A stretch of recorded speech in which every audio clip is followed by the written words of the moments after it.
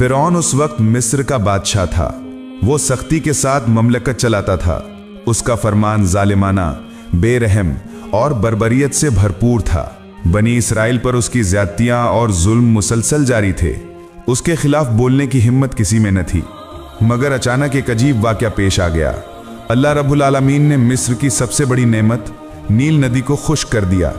वही नदी जिसके पानी से मिस्र के हर खेत सरसब्ज होता था, वही पानी जिससे लोगों की जिंदगियां चलती थीं।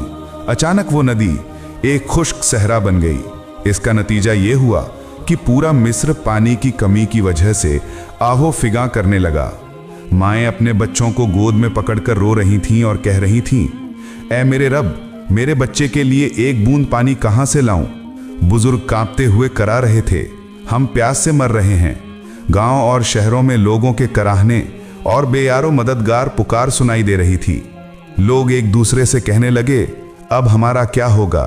पानी के बगैर हमारी जिंदगी मौत के दहाने पर है। माएँ, बच्चे, बूढ़े सब पानी के लिए तड़प रहे थे।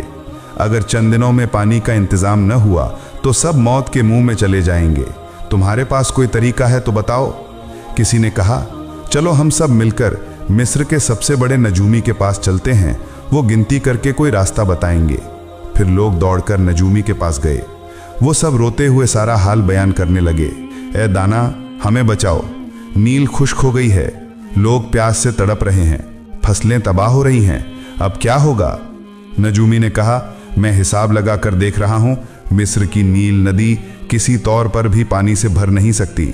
इस मसले का हल मेरे बस में नहीं, बल्कि तुम लोग हमारे बादशाह फिरौन के पास जा सकते हो, शायद वो कोई इंतजाम कर दें। आखिरकार जब कोई तरीका न मिला तो मजबूर मिस्रवासी दौड़ते हुए फिरौन के महल की तरफ गए, क्योंकि उनका ईमान था कि फिरौन ही हर मसले का हल निकालने वाला है। लोग कतार दर कतार दरबार में आए, हाथ जोड़कर सर खम करके अर्ज किया, ए हमारे खुदा, आपने सुना होगा कि मिस्र की नील नदी का पानी सूख गया है, लोग पानी के लिए तड़प रहे हैं। अगर नील में पानी ना आया तो हम सब मौत के मुंह में जा गिरेंगे। आप तो बेशक जबरदस्त ताकत के मालिक हैं, नील में पानी के बहाव का इंतजाम कर दें। इसके अलावा कई लोग कह रहे हैं कि अगर हमारा बादशाह पानी का इंतजाम नहीं करेगा तो हम उसे खुदा तस्लीम नहीं करेंगे। ये बात सुनते ही फिरौन के चेहरे पर खशम तारी हो गया। उसके सीने में घमंड फूटने लगा, मगर उसने कुछ न कहा। वो बुलंद सर से गर्म आवाज में बोला, तुम फिक्र मत करो, मैं तुम्हारा खुदा हूं। किसी भी सूरत में बहुत जल्द पानी का बंदोबस्त कर दूंगा। आज तुम वापस जाओ और कल तुम मौजिज़ाना तौर पर देखोगे कि नील मेरे हुक्म से बह पड़ेगी और पानी से भर जाएगी। लोग उस दिन उम्मीद की किरण लिए महल से निकल गए, लेकिन रात जब हर तरफ सन्नाटा छा गया तो फिरौन तन्हा अपने कमरे में बैठकर गहरी सोच में डूब गया। वो अपने दिल में सोचने लगा, दरअसल मेरी कोई ताकत नहीं है, सारी ताकतों का मालिक तो बस एक है, जो कायनात का पालने वाला है, अल्लाह। अगर मैं ये बात आवाम के सामने तस्लीम कर दूं तो कोई मुझे खुदा नहीं मानेगा, मुझे कुछ चालाकी करनी होगी। अगली सुबह फिरौन ने अपनी सारी फौज को हुक्म दिया, तुम सब तैयार रहो, अभी नील के किनारे रवाना हो जाओ। तब एक सिपाही ने कहा, बादशाह मोहतरम, नील तो खुश्क हो चुकी है, एक बूंद पानी भी नहीं है, वहां जाकर आप क्या करेंगे? फिरौन ने घुरघुराने के अंदाज में कहा, बेवकूफ, क्या तुम नहीं जानते कि मैं खुदा हूं? मेरी फरमान से नील दोबारा पानी से भर जाएगी, नदी मेरी ही बात सुनेगी। फौज के लोग हैरत से देखते रहे, कुछ खौफजदा खामोश हो गए। फिर फिरौन अपने चुने हुए सिपाहियों के साथ नील के किनारे पहुंच गया। खुश्क दरिया के रेतीले साहिल पर खड़ा होकर फिरौन ने जोर से चिल्लाया, ए नील दरिया, क्या तुम मेरी बात सुन नहीं सकते? मेरे हुक्म से अभी पानी बहाओ और सारा मिस्र भर दो। लेकिन दरिया साकित रहा, कोई रवाना आया, कोई पानी नजर न आया। गबी फिरौन जानता था कि हर चीज का मालिक सिर्फ अल्लाह है, मगर अपनी तोहमत में वो अंधा था। तब भी लोगों के सामने अपनी झूठी खुदाई दावे को कायम रखने के लिए जान फिशानी से अदाकारी करने लगा। बार बार पानी मांगने के बावजूद नाकामी की वजह से वो फिक्र और इस्तिराब में मुब्तला हो गया। अगर दरिया में पानी ना आया तो आम लोग उसे खुदा तस्लीम नहीं करेंगे। यही फिक्र उसके दिल को बेचैन कर रही थी। अब क्या किया जाए? कई सोचों के बाद फिरौन वहां से कुछ सिपाहियों को लेकर शादुला नामी मैदान के किनारे पहुंचा। वहां पहुंचकर फिरौन ने सिपाहियों से कहा, तुम सब यहां खड़े रहो, मैं कुछ बंदोबस्त करता हूं। ये कहकर वो अपने साथ चालाकी से एक सुनसान गुफा की जानिब चल दिया। फिर वो सजदे में गिर पड़ा, रोते हुए बोला, ए रहम करने वाले, रहमत के समुद्र, तेरी कुदरत की कोई हद नहीं, तेरी रहमत की कोई इंतहा नहीं। मैं तेरा हकीर बंदा हूं, तू रहमत के समुद्र है। इस हकीर बंदे की दुआ कबूल कर दे, मेरी इज्जत और मकाम बचा दे। दुनिया में मेरा वकार बरकरार रख, आखिरत में मैं तुझसे कुछ नहीं मांगता। अगर चाहे तो मुझे दोज़ख की आग में सजा देना, फिर भी दुनिया में मेरा वकार बचा दे। ऐ मेहरबान, नील दरिया में पानी नहीं है। एक तरफ तो मिस्र के लोग मौत के दहाने पर पहुंच रहे हैं, बेगुनाह बच्चे, औरतें, बूढ़े सब मौत के गिलास में जा रहे हैं। ए रहम करने वाले, कम से कम उनके बारे में सोचकर मेरी दुआ कबूल फरमा दे। तेरी रहमत की कोई इंतहा नहीं। दूसरी तरफ तेरे इस हकीर बंदे की इज्जत मिटकर राख हो जाएगी। लोग मुझे बदनाम करेंगे, मुल्क के सामने मैं मजाक बन जाऊंगा। ए बुजुर्ग रहनुमा, ए मेहरबान, तू मेरी हालत से हमेशा बाखबर है, फिर भी मैं तुझसे इल्तिजा कर रहा हूँ। बराए मेहरबानी मेरी दरखास्त कबूल कर दे, मैं तेरी हमेशा शुक्रगुजार रहूंगा। ये कहकर वो बेसाख्ता रो पड़ा। उसी वक्त कहीं से गुफा के बाहर से एक बुजुर्ग ने जोर से आवाज दी, जापना, जरा बाहर आओ। अचानक फिरौन चौंक उठा। तब वो बुजुर्ग बोला, जापना, मैं आपके सामने एक आदमी की शिकायत लेकर आया हूं, आप इंसाफ फरमा दें। गुफा के अंदर से फिरौन बोला, आप कौन हैं? यहां आपको आने की इजाजत किसने दी? ये तो इंसाफ का मकाम नहीं है। आप कल शाही अदालत में आइए, मैं आपको इंसाफ सुना दूंगा। फिर बुजुर्ग ने कहा, लेकिन मैं फैसला सुनाए बगैर नहीं जाऊंगा। जरूरत हुई तो मैं आपको बाहर निकलने भी नहीं दूंगा। ये सुनकर फिरौन सख्त गुस्से में आ गया, मगर वो उस वक्त मुश्किल में था तो कुछ न कह सका। गुफा से बाहर निकलने का ही वक्त था कि फौजियों की चीखो खुशी सुनाई दी। ये सुनकर वो हैरान रह गया और गुफा से बाहर आया। जब उसने नील की तरफ देखा तो देखा कि सारा नील दरिया पानी से भर गया है। ये मंजर देखकर वो बेहद खुश हुआ। बेपरवाह होकर उसने बुजुर्ग से कहा, अच्छा अब बताइए आपकी शिकायत क्या है? फिर वो बुजुर्ग बोला, फर्ज करें एक गुलाम बिल्कुल नाफरमान है, वो अपने मालिक की बात नहीं सुनता, हालांकि उसका मालिक उसके साथ अच्छा सुलूक करता है, उसे खाना और लिबास देता है, फिर भी वो गुलाम कभी शुक्रगुजार नहीं होता। तो ऐसे गुलाम के साथ कैसा सुलूक होना चाहिए? फिर बुजुर्ग ने कहा, क्या तुम ये बात कागज पर लिखकर दे सकोगे? फिरौन बोला, बिल्कुल, क्यों नहीं। उस गुलाम को पानी में डूब कर मारना चाहिए। उसके बाद उसने ये बात कागज पर लिखकर बुजुर्ग के हाथ में दे दी और बुजुर्ग वहां से रुखसत हो गया। वो बुजुर्ग दरअसल अल्लाह का फरिश्ता था। फिर फिरौन अपनी फौजियों समेत वापस शाही दरबार की तरफ लौट आया। ये खबर फैलने में देर न लगी। मिस्र के हर कोशे में सरगोशी शुरू हो गई। लोग एक दूसरे से कहने लगे, हमारा बादशाह, हमारा खुदा फिरौन ने अपनी कुदरत से नील में दोबारा पानी बहा दिया है। लोग एक एक करके दरबार में आने लगे। दरबार में लोगों का हुजूम लग गया। कोई खुशी मना रहा था तो कोई शुक्रगुजारी का इजहार कर रहा था। वो सर झुकाए कहने लगे, ऐ हमारे खुदा, आपने हमें मौत के मुंह से बचा लिया। हम इस एहसान को सारी जिंदगी नहीं भूलेंगे। फिरौन घुरूर से सीना फुलाकर हंसते हुए बोला, तुम डरो मत, मैं बहुत ताकतवर हूं। नील में पानी लाना तो मेरे लिए मामूली बात है। मैं तुम्हें और भी बड़े मौजिज़े दिखा सकता हूं। मैंने कहा था कि तुम्हारे लिए पानी का बंदोबस्त कर दूंगा। लोगों को उसकी बात और ज्यादा मुतहय्यर कर गई। उन्होंने फिरौन को खुदा कहते हुए बुलंद आवाज में पुकारना शुरू कर दिया। इज्जत और एहतराम के साथ दरबार में उसकी बहुत तारीफ होने लगी और फिरौन पिछली सारी बातें भूल गया। वो भूल गया कि असल ताकत किसके पास है।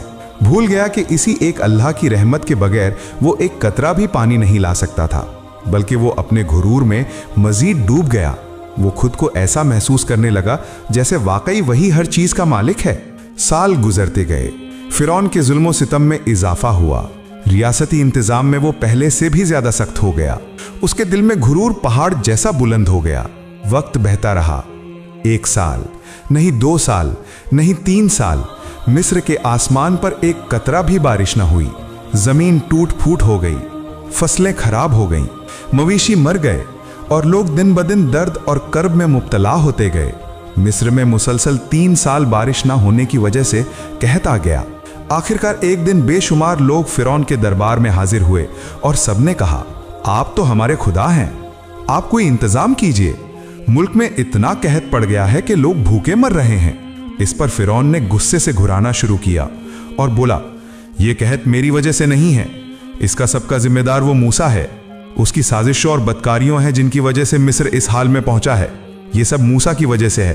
तुम लोग जाओ, देखो वो अपने खुदा से कहें तुम्हारे लिए क्या कर सकता है। फिर सब लोग फिरौन के कहने पर हजरत मूसा अलैहिस्सलाम के पास हाजिर हुए और बोले, ए मूसा, अगर तुम अपने खुदा से कहकर हमें इस सख्त कहत की मार से बचा सकते हो तो हम मान लेंगे कि तुम अल्लाह के सच्चे नबी हो और हम तुम्हारे खुदा पर ईमान लाएंगे। उस वक्त हजरत मूसा अलैहिस्सलाम अकेले कमरे में चले गए और अल्लाह रब्बुल आलमीन के हुजूर दुआ की, ए अल्लाह, तू तो सारे जहानों का परवरदिगार है, तू रहमत का समंदर है। ए अल्लाह, इन भूखे लोगों पर रहम फरमा, इन्हें इस खौफनाक कहत से नजात दे, अपनी रहमत की बारिश नाजिल फरमा। अल्लाह रब्बुल आलमीन ने अपने नबी की दुआ कबूल कर ली। अचानक आसमान पर काले बादल छा गए, बिजली कड़की और फिर जोरदार बारिश बरसने लगी। मिस्र की सूखी जमीन तर हो गई, खेत खलिहान फिर से हरे भरे हो गए। उसके बाद हजरत मूसा अलैहिस्सलाम उन लोगों के पास जाकर बोले, ऐ मेरे प्यारे भाइयों, अब तुम ईमान लाओ, एक अल्लाह के सिवा कोई माबूद नहीं, वही हमारा रब है। ये सुनते ही वे लोग कहकहा लगाकर हंस पड़े और बोले, ऐ मूसा, हम तुम्हारी बात नहीं सुनेंगे, क्योंकि हमारे परवरदिगार फिरौन और हमारे देवी देवताओं की किरम से ही मुल्क में बारिश हुई है और फिर से खेतियां लहलहा उठी हैं। उन्होंने हजरत मूसा अलैहिस्सलाम की बात ना मानी। फिर हजरत मूसा अलैहिस्सलाम वापस घर आ गए, लेकिन तब भी फिरौन का घमंड कम ना हुआ। वो लोगों के सामने खड़ा होकर ऐलान करने लगा, देख रहे हो, मेरी वजह से आसमान से बारिश नाजिल हुई। अगर मैं खुदा ना होता तो क्या इस तरह कहत दूर होता। हजरत मूसा अलैहिस्सलाम की दुआ से अल्लाह की रहमत उतरी, मगर धोखेबाज जालिम फिरौन अपनी झूठी खुदाई दावे को कायम रखने की कोशिश करता रहा। कुछ दिन बाद मिस्र पर फिर एक के बाद एक आफत नाजिल हुई। अल्लाह का गजब फिरौन और उसकी कौम पर उतर आया। सबसे पहले जबरदस्त सैलाब आया, नील दरिया उबल पड़ा और सब कुछ बहा ले गया। लोग चिल्ला उठे, हम कहां पनाह लें। घर, खेत, मवेशी सब कुछ सैलाब की लहरों में बह गया। लेकिन फिरौन, वो अपने शाही तख्त पर बैठा घमंड से हंसता हुआ कहने लगा, ये तो मुख्तसर तबई वाकया है, इसका मेरी खुदाई से कोई ताल्लुक नहीं। कुछ दिन बाद और भी सख्त अजाब आया। मिस्र के हर खेत में टिड्डी दल का सियाह तूफान उतर आया। लाखों करोड़ों टिड्डियां पलक झपक में गेहूं, जौ, धान सब कुछ चट कर गईं। उसके बाद एक नई मुसीबत आई, जुएं। लोगों के जिस्म, कपड़े, घर सब जगह जुओं से भर गए। लोग खुजलाते खुजलाते पागल होने लगे। बच्चों की चीखें, बूढ़ों की फरियाद हर तरफ सुनाई देने लगी। लेकिन अल्लाह का गजब यही न रुका। अचानक मिस्र की नहरों, तालाबों और दरियाओं से बेशुमार जहरीले मेंढक निकल आए।